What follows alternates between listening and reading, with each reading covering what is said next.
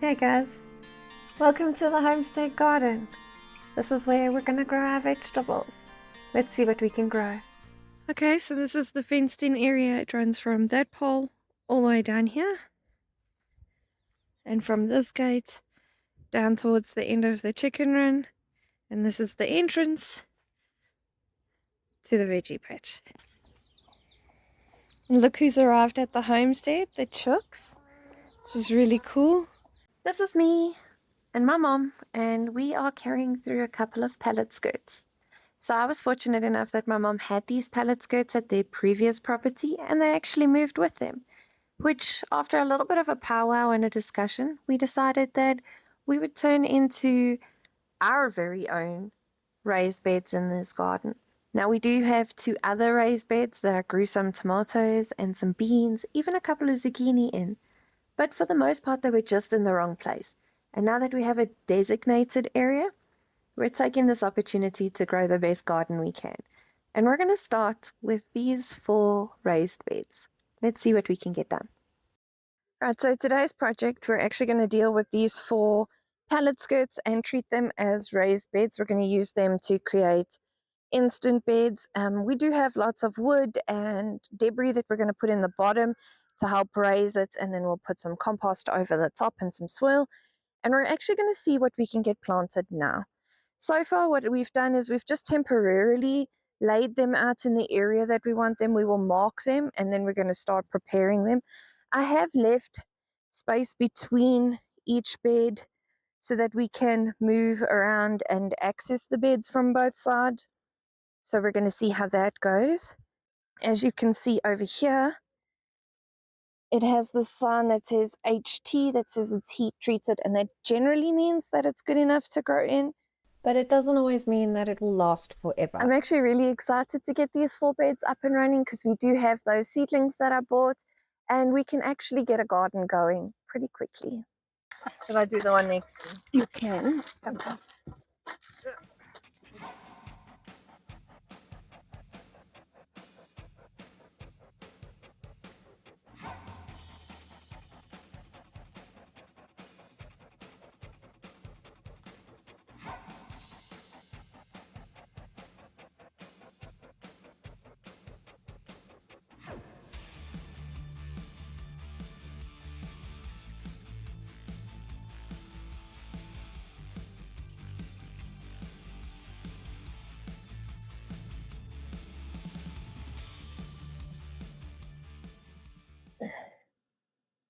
When we're done with our sand and stuff, then we water, hey?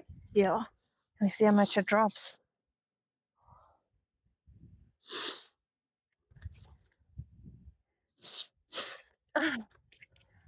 Oh, good. Compacted, why don't you?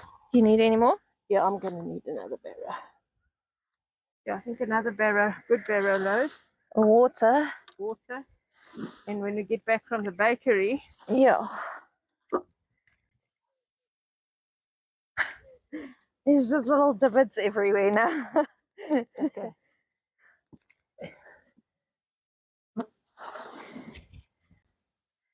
Yeah, thanks, Laura. No problem. We did well. Looking forward to a vegetarian meal one evening. Out of our garden, yeah. A farm to table meal.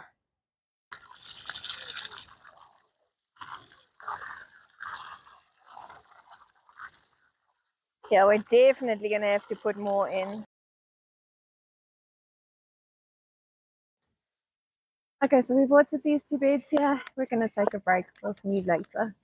So Mum and I went out and we got some compost, and now I think we're going to put a layer of compost on both of these beds, and then we're going to plant out these seedlings here. We've got broccoli and cauliflower.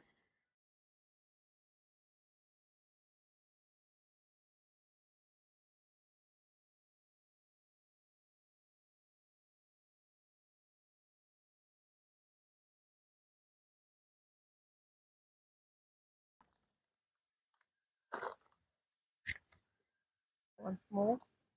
No, I actually think this will be enough. So my mum and I filled these 2 garden beds with the compost, and I went and I collected the seeds, but Unfortunately, my phone did some overheating and I didn't necessarily catch the whole process of planting. So if you're wondering, that's why that transition was so quick. So I've just planted this bed out with broccoli and some onions, and my mom has planted some cauliflower and is currently planting a bit of garlic. I've just moved this variegated lavender to next to this garden bed just for something pretty. This one. Here comes the water. You ready? Yeah.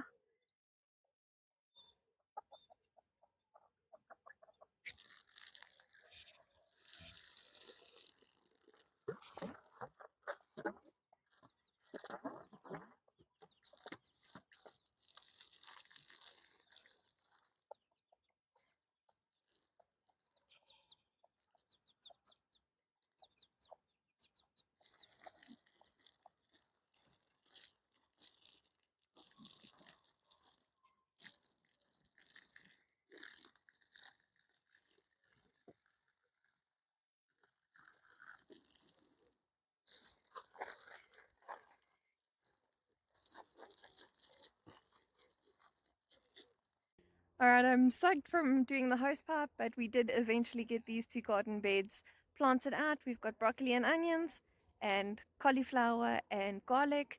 They're all watered in and we're going to call it a night here today. So thanks for coming with us on this journey and I hope to see you on the next one.